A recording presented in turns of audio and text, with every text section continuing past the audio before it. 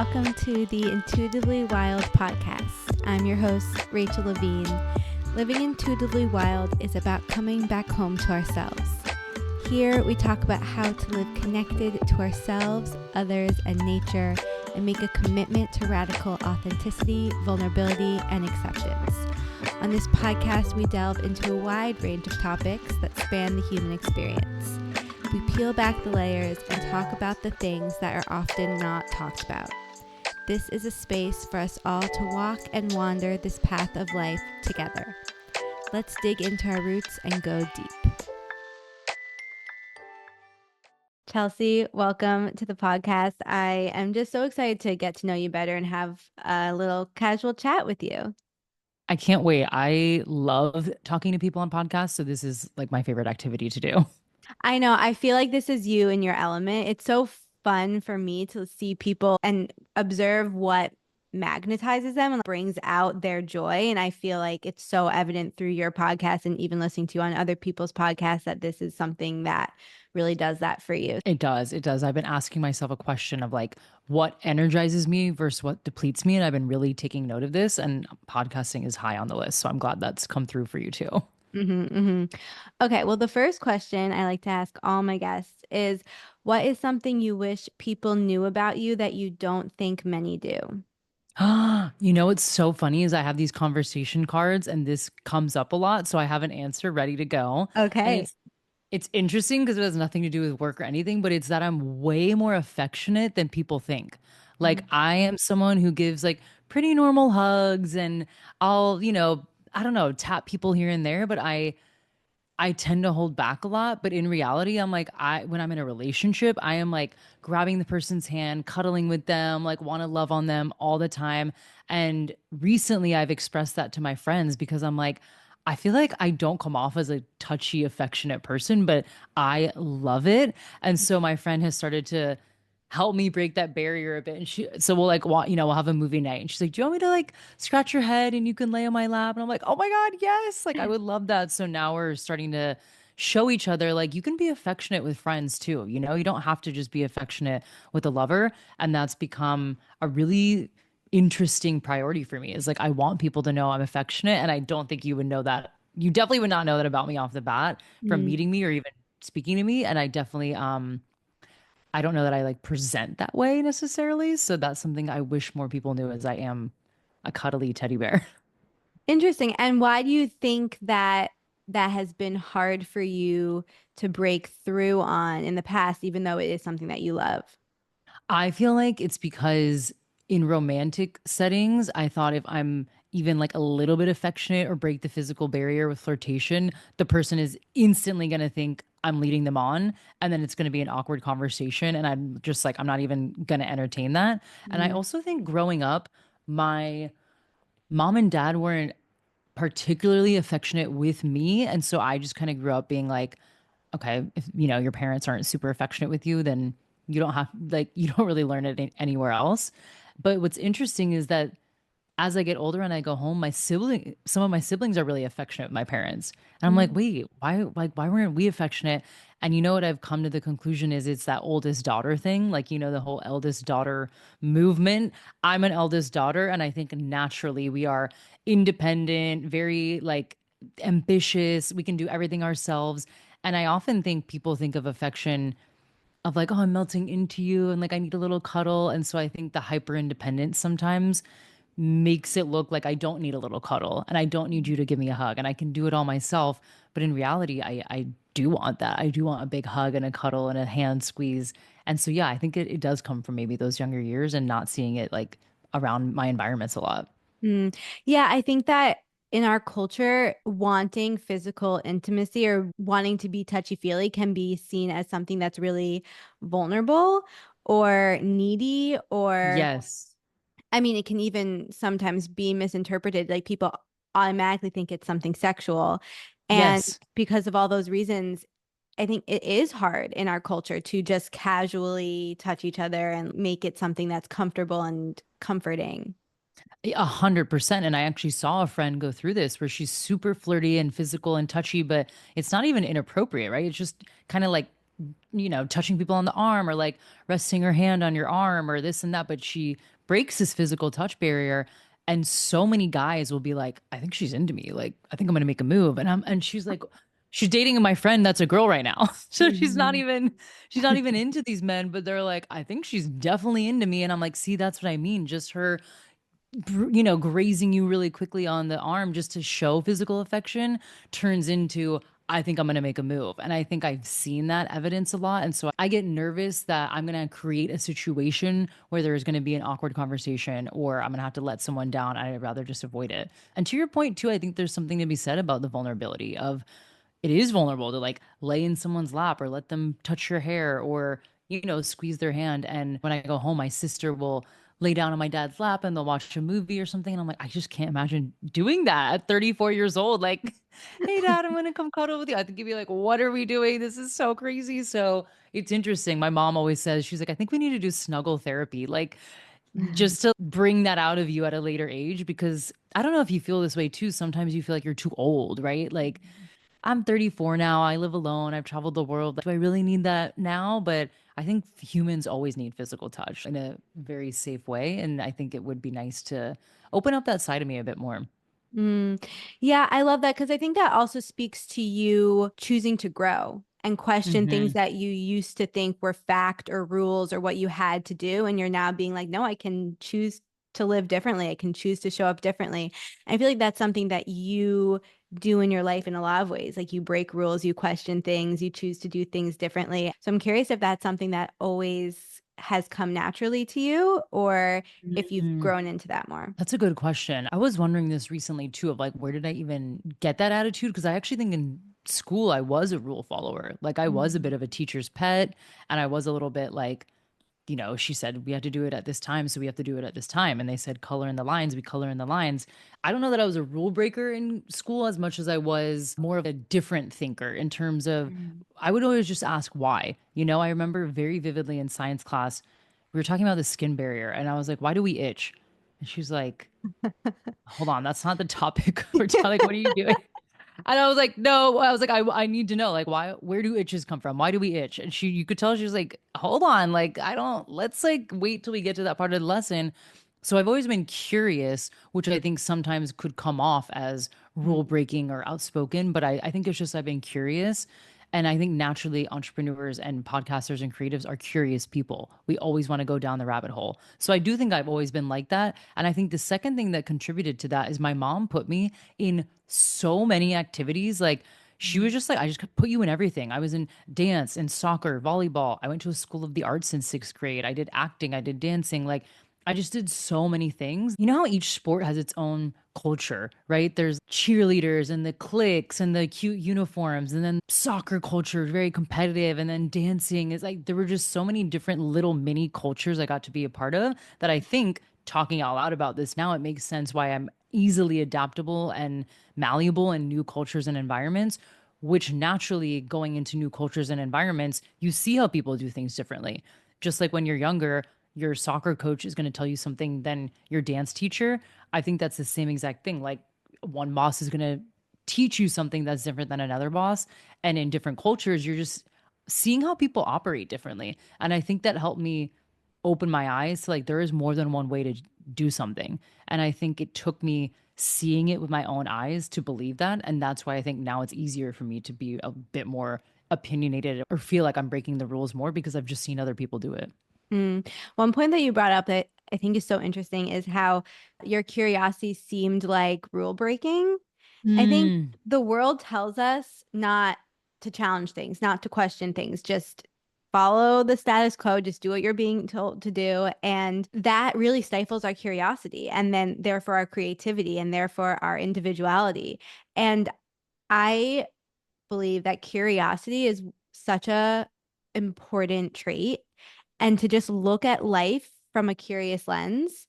I struggled with that for a long time in my life. I think because when I did do that, it seemed like I was trying to bump up against people or yeah. you Like know poke holes. exactly or ruffle people's feathers and I'm like no, I just want to be calm and keep the peace, but it's like no, I'm curious and I'm if that's curious. challenging you then that's okay.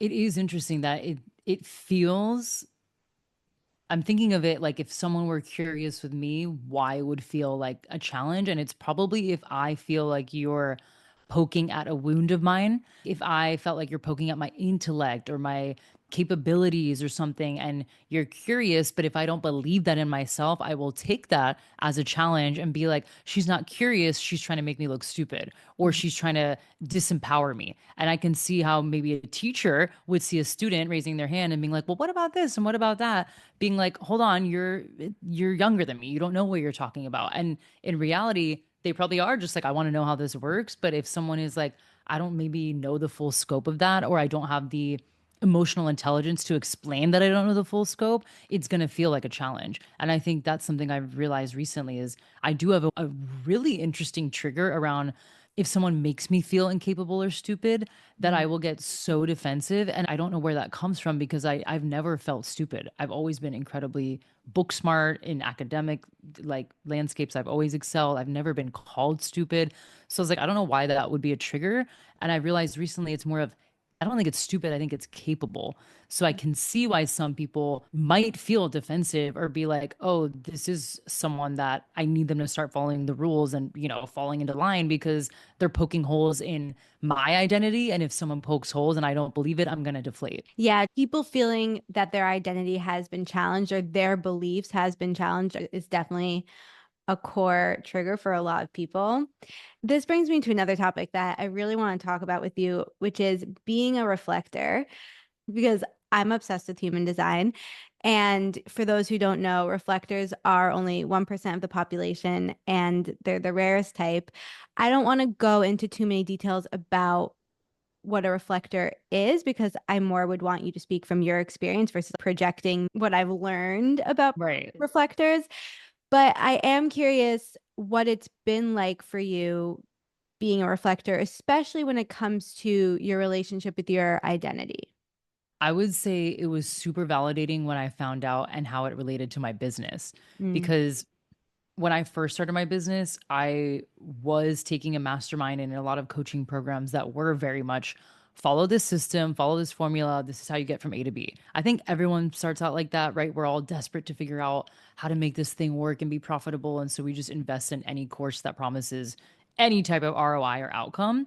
And I hmm remember just feeling in my body and my gut, like, I feel like I could just do this a different way. Like, I really don't think I need to have a Facebook group or start this series on Instagram. And when I learned about my human design and that reflectors need a lot of space to essentially like let go of what's not theirs and decompress and integrate what is theirs, that gave me the validation of I don't need to be taking 16 courses all the time and doing everything other people's way. By the way, I think that's true for everybody. I don't think everyone needs to be always taking courses, but I really was in this state of mind that I did trust my wisdom in myself, but it felt uncomfortable because it's like, how can you trust your wisdom in business if you've never really had a business? Like I was in it for 4 or 5 months and I just felt like I couldn't do this on my own.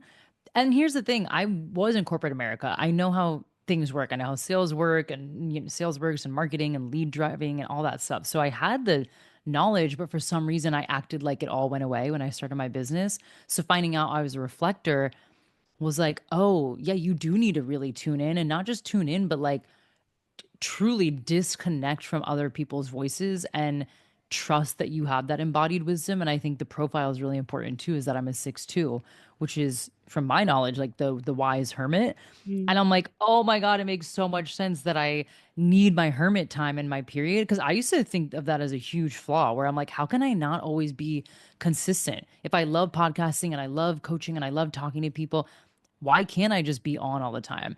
And the hermit really gave me permission. I think that's what human design has done in general. It's given me permission to say, it's okay to take a little hermit period and come out when you've absorbed the wisdom. And I'll say the last piece that popped up is the podcast. My podcast started out as a very fun hobby. I just loved talking to people. I was curious.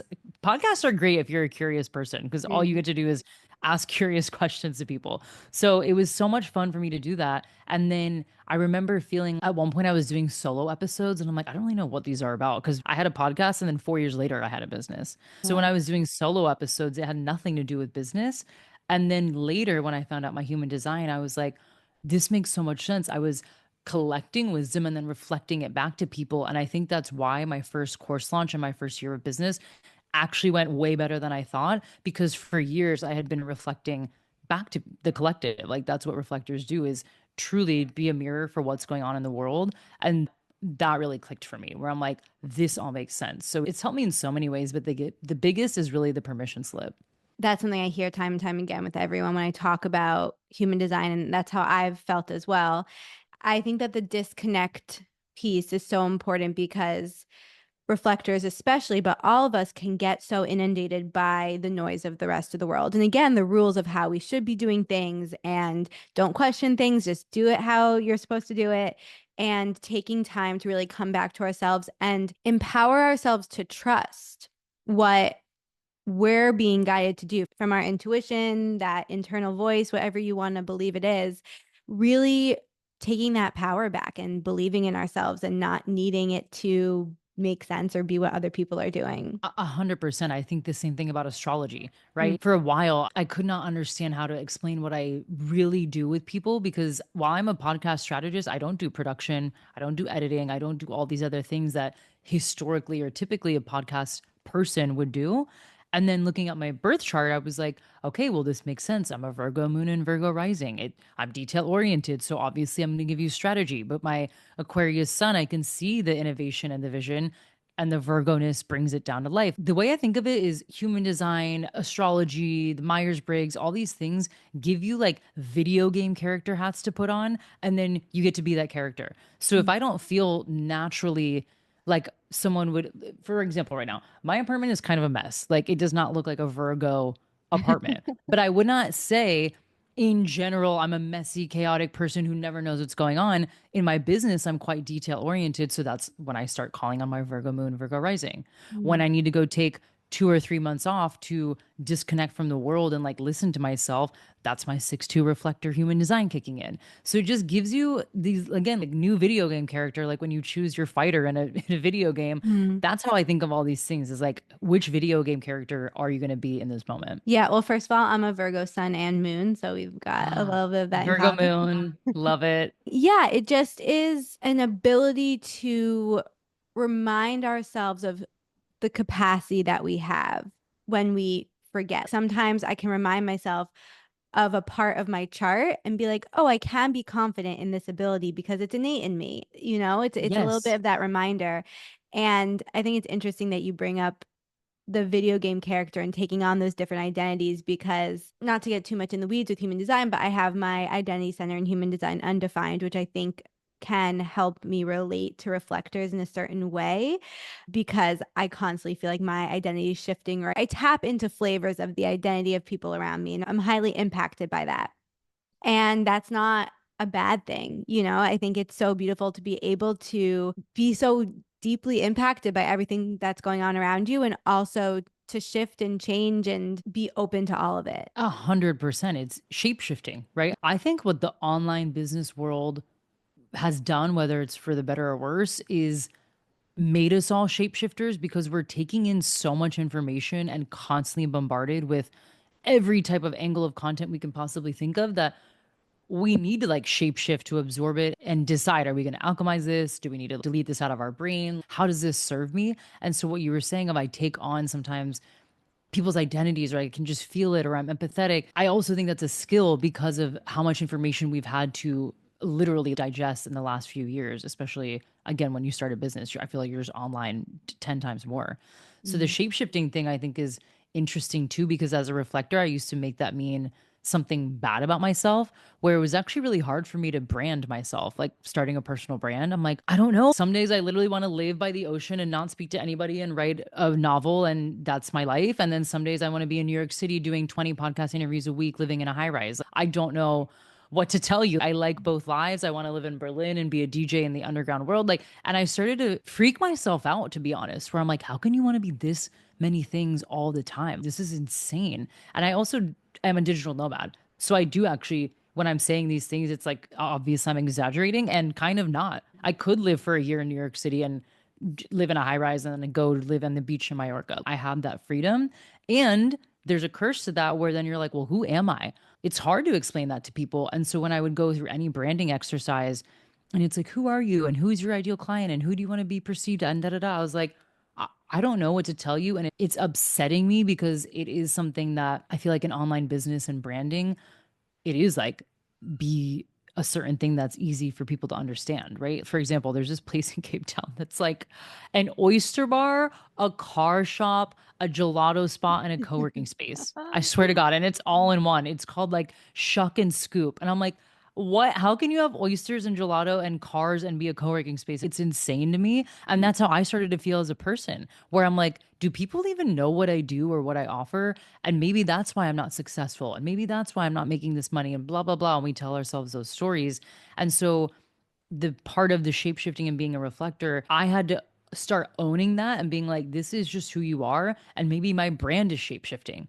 And that gave me a lot of permission to, instead of being like, oh my God, I can't pick a thing. I'm so crazy and chaotic. It's like, maybe crazy and chaotic is the brand. And so people always know she is probably going to be a new person in 6 months, and that's what to expect. So anybody with undefined centers or feeling like that, I think lean into that and be like, that is the brand. Again, it comes back to this theme of questioning the norm and letting yourself break the so-called rules and remind yourself that you can do it however you want. And Yes. I've had the same struggle with my business of trying people telling me I need to niche down or be able to have this one liner where it's really digestible and people know exactly what I'm doing. And I'm like, I don't even know what I'm doing. I'm always changing and I'm always growing and transforming. I'm also a Scorpio rising. So Mm. I just, and that's been very frustrating for me. But the reminder that I get to choose how I want to do it, but knowing that you're shape shifting, but the foundation is still you, your core Yeah. essence. There's a difference between shape shifting because you're a chameleon and you naturally change colors versus trying to fit yourself into a box and contort yourself in order to fit in. There's such a huge Yes. difference. And leaning into your magic of having all the different identities and being all the different things is part of who you naturally are. 1,000,000% agree. I think that is so astute and important to say, is that there is a difference between being, I can shapeshift and I'm empathetic. And I think that's what a lot of intuitive and empathetic people can relate to, is I can feel energy. And I know Mhm. reflectors, anyone with undefined centers, are extremely sensitive, and we read into every little subtlety. And there's a difference between being like, I can read that subtlety and I'm not going to just adjust myself for the crowd. Like, oh, okay, well, now I'm in this space, so I have to be this. Or now I went over here and I have to be this. Then that's also, I call it a bit spineless. I really am attracted to people that have a backbone and like really say what they mean and can sink their teeth into something. And so that's something that has really become important to me lately, too, is I'm okay to shapeshift, but I'm not a spineless jellyfish either. Yeah, I love the imagery. And it's also like I'm not thinking, oh, I'm going to show up this way with this group of people so that they like me and I fit in. It's like, no, this is what's naturally coming out of me and what feels good and what feels authentic to me right now. And so that's what I'm going to own and embody. 100%. You know what's so funny is a few years ago, I did this podcast episode about reality TV, and I was trying to promote a course. And to me, it made so much sense. And now I actually have the argument for it. I think the reason we love reality TV is because we're seeing archetypes of ourselves and pieces of ourselves in all these characters,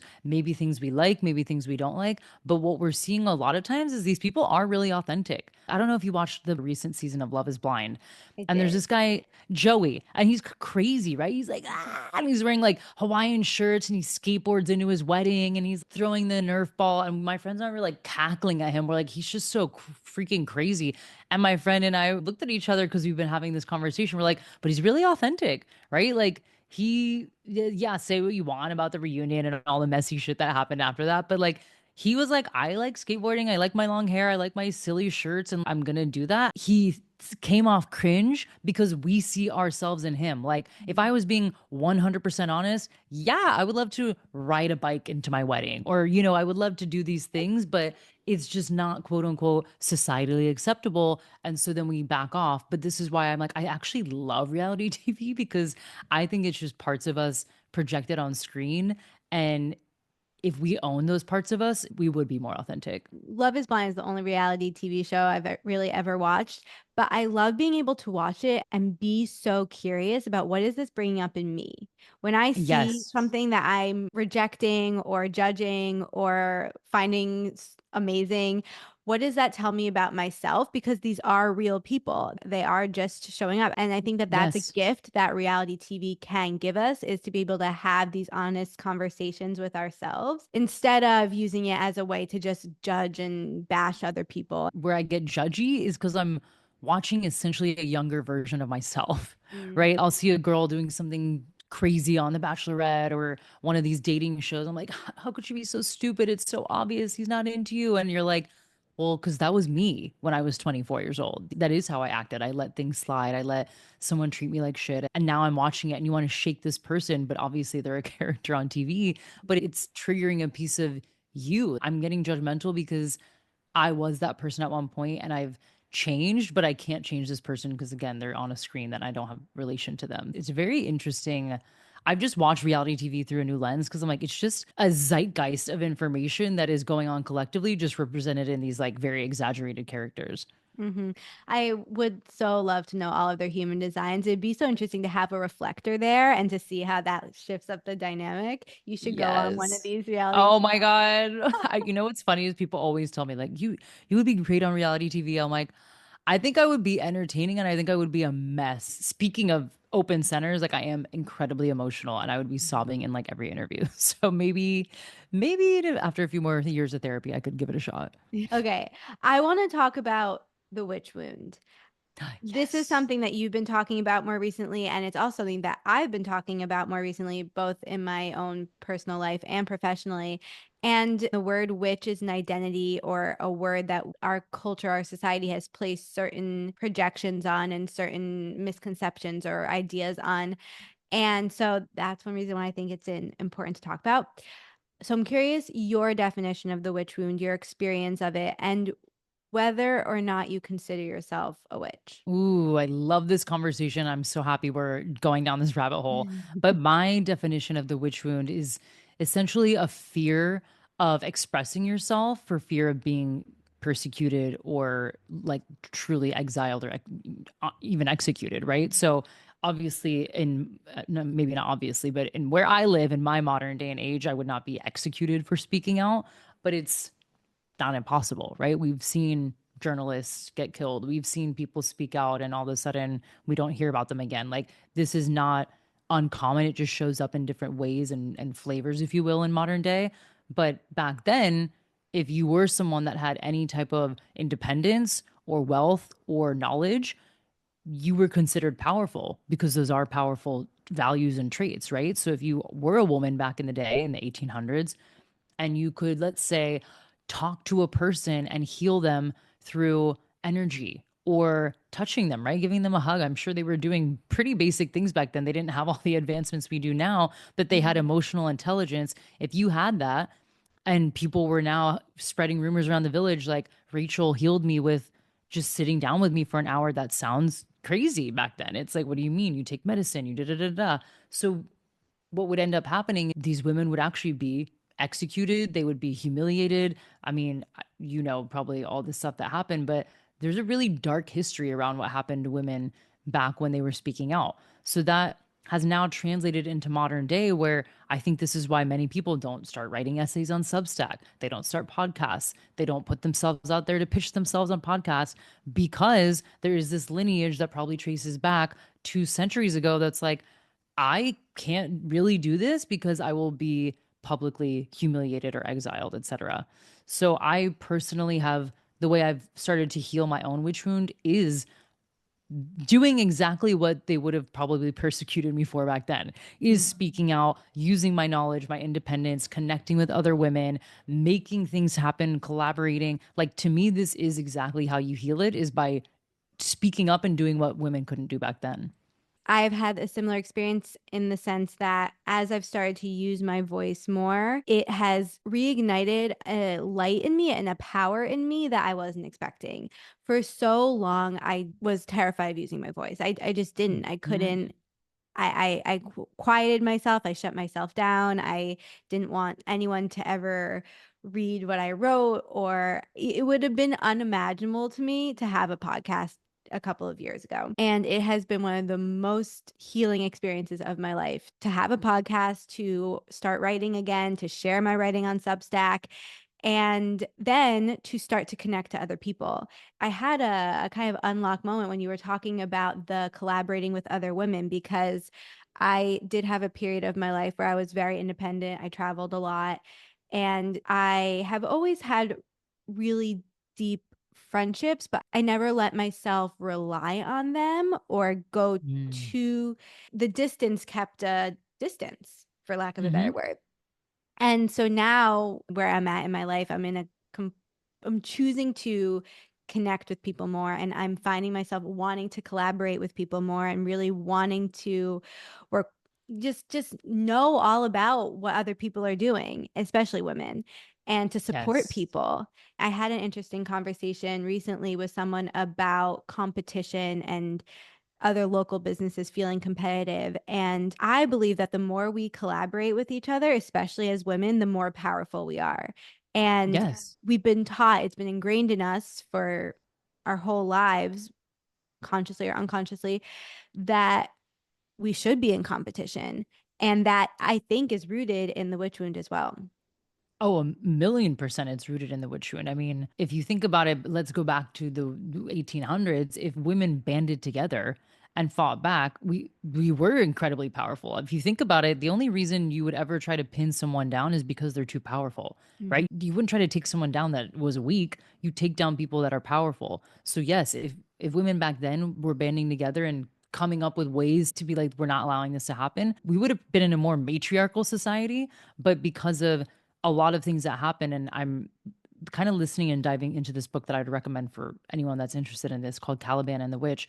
There was actually, when I say a dark history, it was dark. Like the government was involved in decriminalizing abuse towards women because of how powerful women were. So Mhm. basically, it was like allowed that you could treat women like shit and do very harmful things that I won't mention on air. But it was a very sick, twisted society. And what I find so interesting about that period of time, it shows how connected women were probably to their own selves and bodies, and how disconnected men were, that they could just disassociate essentially and be like, we're just going to harm women and be powerful. And if you now again look at where we are in modern day, the story has slightly changed. We have different characters, different levels of punishment, different levels of XYZ, but it hasn't shifted in the way that you would hope, in terms of admiring women's powers and being like, wow, we are incredibly emotionally intelligent. I think it's fascinating that the US still hasn't had a female president.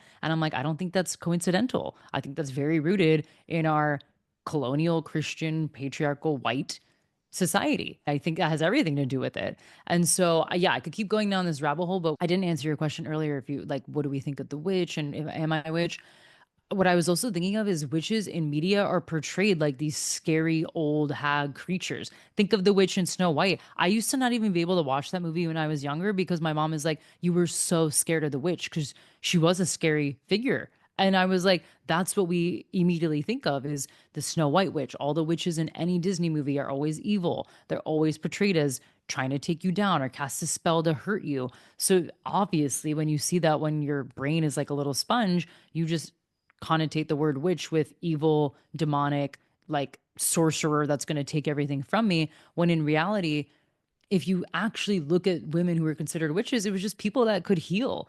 It was people that could heal, tell stories, use energy to connect with people. And I'm like, yes, if we're using that definition, I'm 1,000,000% a witch. What's really funny too is a few years ago, maybe 5 years ago, when I was starting my podcast business and still having my own brand, I was like, I kind of want to separate the brand and the podcast. And I wanted to come up with a name for the studios. And my ex-boyfriend used to call me Little Witch in German. And then I was like, I wonder how we can make that happen. Maybe I could call it like Hexa Studios and all these things. And it's just so funny because this is something that's been swirling in my brain for like 5 years. It's just become more expressed now. But I don't think that's by accident. I think anybody that's talking about the witch wound or interested in this is because we probably do have a lineage that traces back to something where people in our family were not treated in the way that they should have been treated. We can reclaim that word and not think of it as like this demonic evil thing. And it's actually just a very powerful woman. We could all band together a bit more. I completely agree. And isn't it interesting how we can look back on our life and see how there were little breadcrumbs leading us to where we are now? And actually, I wrote something a long time ago before I even started talking about the witch wound or any of this about how presence is our power. And I think, especially with women, but with everyone today, being present gives you your power back because the world wants us detached, distracted, disassociated. It wants us shut down. It wants us to be so overwhelmed that we're just like, oh, I can't handle this. But when Yes. we decide to reconnect to ourselves and be really present with our lives and ourselves, we tap into our power. We start to realize that we have the ability to choose how we want to live our life and how we want to show up. Along with our culture portraying a certain image of the witch, it's also portrayed a certain image of the feminine, whether that, Mm-hmm. the energy or the archetype. It's portrayed it as very soft and doesn't have a backbone and always a caregiver and always wanting to people please and take care of others. And that energy is definitely a part of it. But the feminine's actually so powerful. It's so deeply intuitive. It is gifted. That is, again, innate within all of us, especially women. And so if we can tap into that power, the whole world would change. And the world knows that. Yes. The reason, in my opinion, patriarchy exists is because women are so powerful. And we've been trained and it's been beaten into us since we were younger to appeal to the male gaze, right? Think of how many messages, I don't know if you heard this when you were growing up, but guys don't like short hair. Guys don't like a girl that dresses like that. Men don't like when you speak like this. And I'm like, I actually never hear guys going through that. Like, women don't like this, women don't like that. Maybe when we got older, the ick became a thing. But when we were younger, that wasn't taught to us. And I Mhm. think when I think of the feminine, I genuinely think of the ocean and the world. Think about it. It's called Mother Earth. That's not a coincidence to me. Like Mother Earth, the ocean is quite feminine and it can turn into so many different things. It can be a tidal wave, it could be a cyclone, it could be a little rock pool, it could be a river. That's how I think of the feminine. And to your point, if we all could own that power, and to be honest, it's a conversation that is going to sound a little spicy and maybe ruffle some feathers. Is like we are very superior and in terms of our emotional intelligence Mhm. and our intuitive gifts. And I was talking to a client about this because she's incredible. She was just on my podcast, Clara, and she and I were talking about owning my clairvoyant gifts a bit more because I was like, I feel like I am clairvoyant, but I definitely don't share it. I don't practice it. I'm just kind of like, yeah, I know this about myself. So we were having this conversation, and I'm trying to pull it up on my text messages because I think it's really pertinent to this conversation. Because she's also, I'm going to be working with her, where I was like, I just start to feel almost resentful, where I don't want to be in a world where I like hate men and all men suck and all men are bad. And I'm from the US right now. The US is kind of on fire, and it's hard not to be pissed off at the masculine and male energy. Mm. And we were having this conversation about women being powerful and kind of like superior. And I said, let me see. This begs the question of when will that gap close or will it close? And what do we do with that info? Part of me does feel resentment, like I feel superior, so go settle or go develop so that I'm not settling. Yet I'm also in this bind of patriarchy, which puts men on pedestals at times. Oh, there's lots coming up. And then she said, what if we see the gap as enough? What if it was never meant to be closed? What if we design a way to meet ourselves where we're really at and stop wanting it from men? What if we could find a way to own our superiority in a humble, grounded way? And I Mm. was like, hold on, I need a moment to sit with all these questions because this is like changing my brain chemistry, but it is just really, really timely that we're having this conversation because it's also, when your algorithm, you start searching things and it just pops up. My threads is very on this algorithm right now that we're talking about. But yeah, the new flex for men is being emotionally intelligent because women have been that for millennia. And I think it's so important that we own that. And like you were saying about presence, we start to tune into what is a distraction. This happened to me in the last 6 months where I don't know really what catalyzed it, but I was like, you know what? I'm spending a lot of time and energy on like beauty appointments. Every day was running around, getting hair cut, blown out, nails, eyebrows laminated, my lashes done, color, cut, everything. And I'm like, I'm spending so much time doing this that I have no mental bandwidth to do anything else. And now let's add alcohol. Okay, well, now I'm wasted. I'm hungover. I'm doing dumb things. I'm apologize. And I'm like, holy shit, if I just removed half these things, I would feel more present. And so in the last 7 months, I've gotten sober. I've really reduced my skincare routine. I've reduced my appointments because I'm like, who taught me that I need to change myself this much? Mm. Oh, the patriarchy, appealing to the male gaze. Men don't like this and that. And I'm like, yeah, I'm always trying to be hot and look good instead of I'm trying to be myself and be present. And that has been one of the most life-changing gifts, to be honest, that I've given myself is removing distractions from my life so that I can own my power. Wow, there's so much in what you just said that I want to touch on. First, the conversation that you shared. I think it's an important point that maybe we're not supposed to close the gap because also men naturally develop emotionally later than women, and that's just natural. So maybe that natural gap is there for a reason. Yeah. And then the other thing I wanted to say is that you touched on not your sobriety.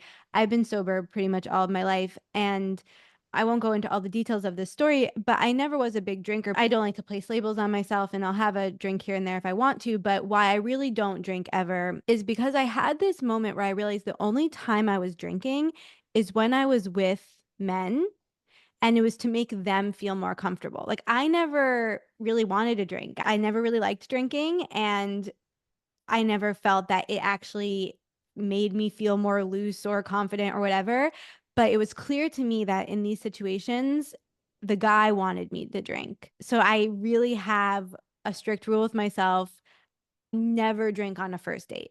Again, I really don't drink ever, but if I am going to, it's only when I'm really comfortable with someone and it's to have more fun. And that really says something, that connection between the alcohol and relationships.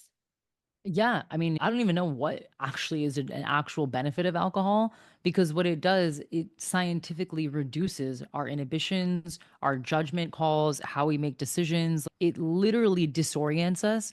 And so when we're talking about power again, I think in very visual terms, is like think of a ball of light and then it's like alcohol is now we've dimmed the light and now something else and now this and that and social media and constantly questioning how we look and this and that. It's like now you're just this little matchstick instead of being this like sunshine beam.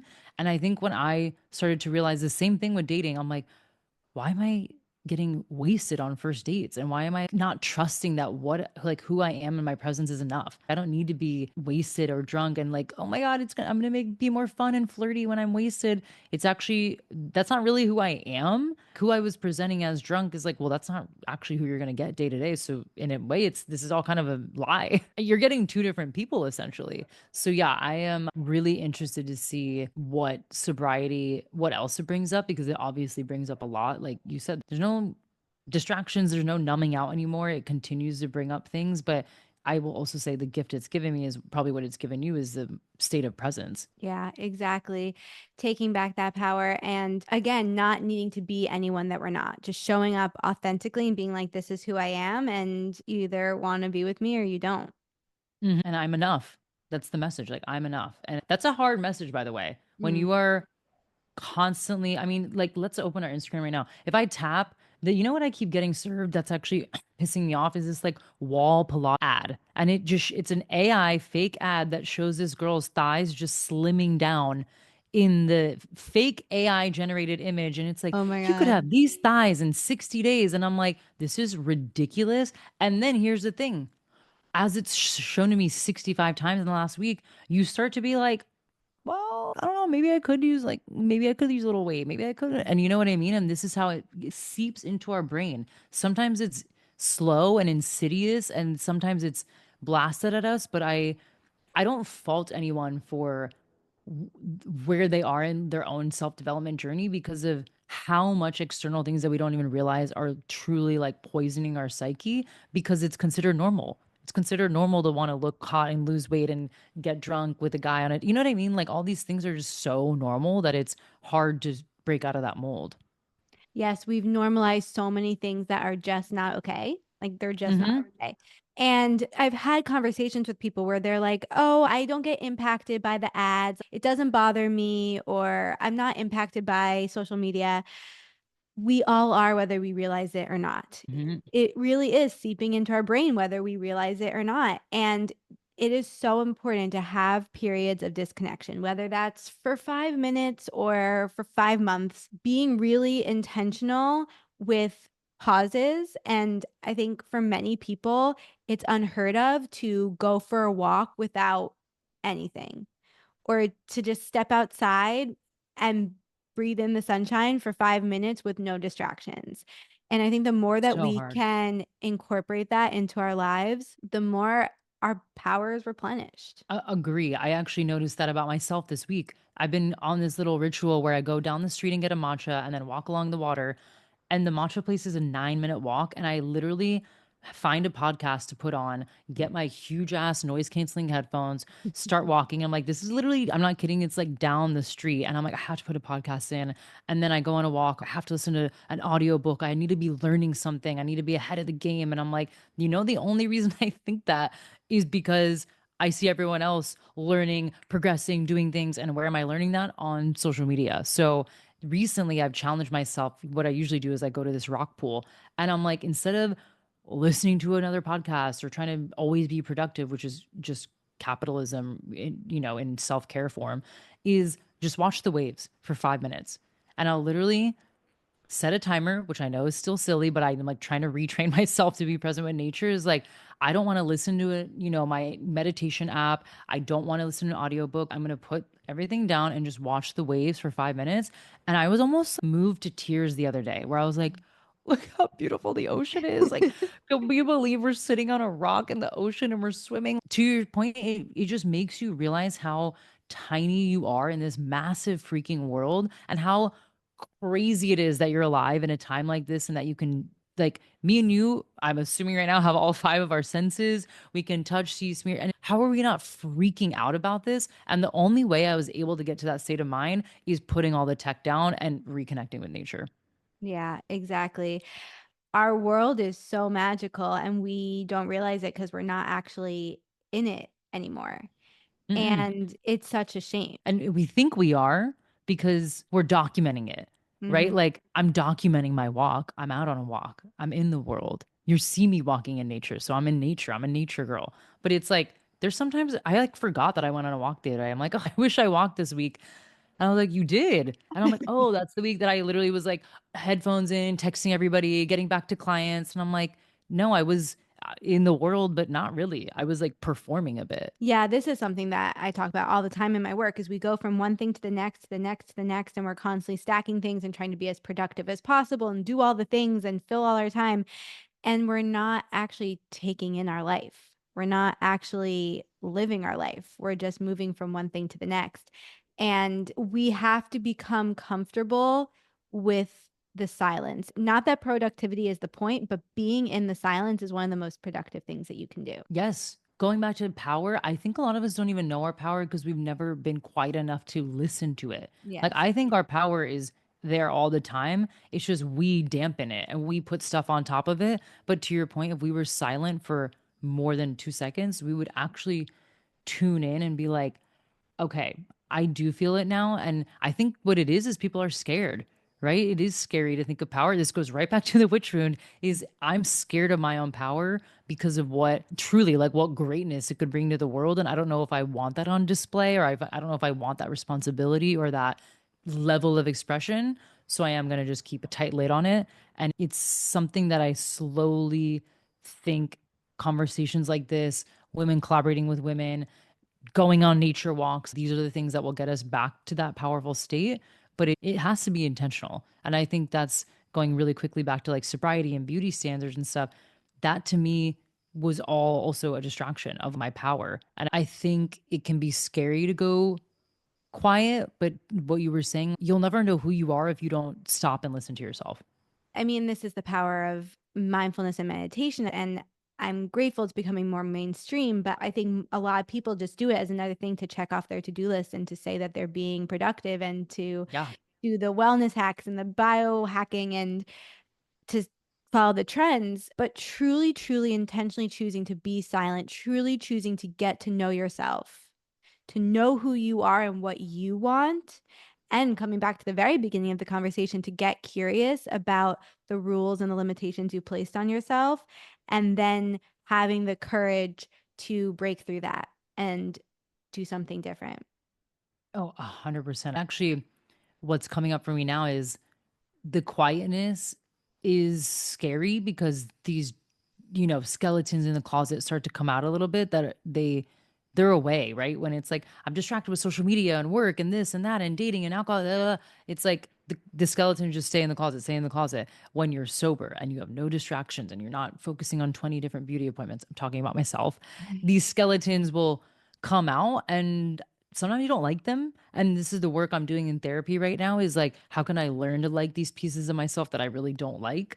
And how can I integrate them?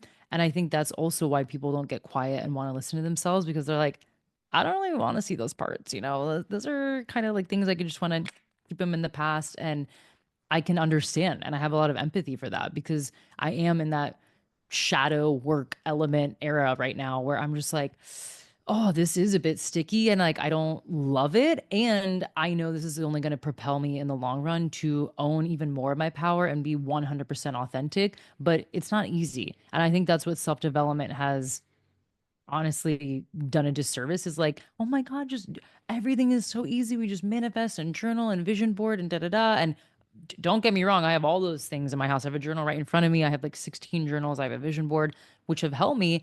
And I need to get past a certain capacity in my nervous system expansion. And to do that, I have to integrate some really not so pretty parts of myself. And again, I can understand why people shove it down. Absolutely. And we do ourselves a disservice when we think that spirituality or self help is all about positivity and loving ourselves. Because what has really shifted the needle for me with all of that is self acceptance, is being able to look at every single part of myself, the parts that I thought were shameful or not okay or just an ick, and being able to say, no, I love myself. I accept all of myself. And the parts that I want to shift and change, I will transform and grow with. And Hmm. those are the parts that we are pushing away and constantly disconnecting from ourselves from if we don't take the time to get to know ourselves. And so it's just this never ending cycle of I can't look at myself, so I'll push it away, to not being able to accept ourselves. And it never ends. It I'm never curious. ends. The more that I'm learning this actively in therapy, shout out to the people I work with, including Antonia Dolhane. She's incredible. She's like, the more you shame these parts and try to put them in a corner, the more like the louder they get. And it's like literally the way, again, I'm visual. I'm thinking of this like rabid bulldog in the corner of your apartment that's just like barking at you, and you're like, shh, shh, go away, go away. And it's like, it's never going to go away. It needs to be let outside. It needs to be fed. You need to address it. And if you don't, it is always going to be there. And it's like, are you going to put a muzzle on it, or are you going to go let it out and then finally calm down and integrate into your system? So it's so paradoxical because it's like, if I ignore it, it will go away, but it's not. Like this part is in us, and so it needs to come to the light and then be integrated and then accepted.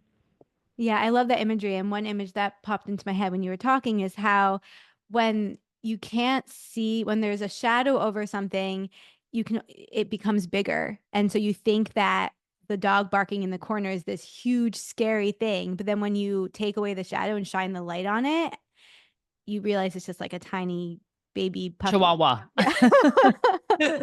Yeah, Literally. exactly. Yeah. So we just have to bring all the shame and put it in the light and say, I'm going to look at it and I'm going to be okay with Mm-hmm. it. Mm-hmm. 1,000,000%. Okay. Living intuitively wild means living dedicated to your true, authentic self, no matter what. How do you feel like you live intuitively wild?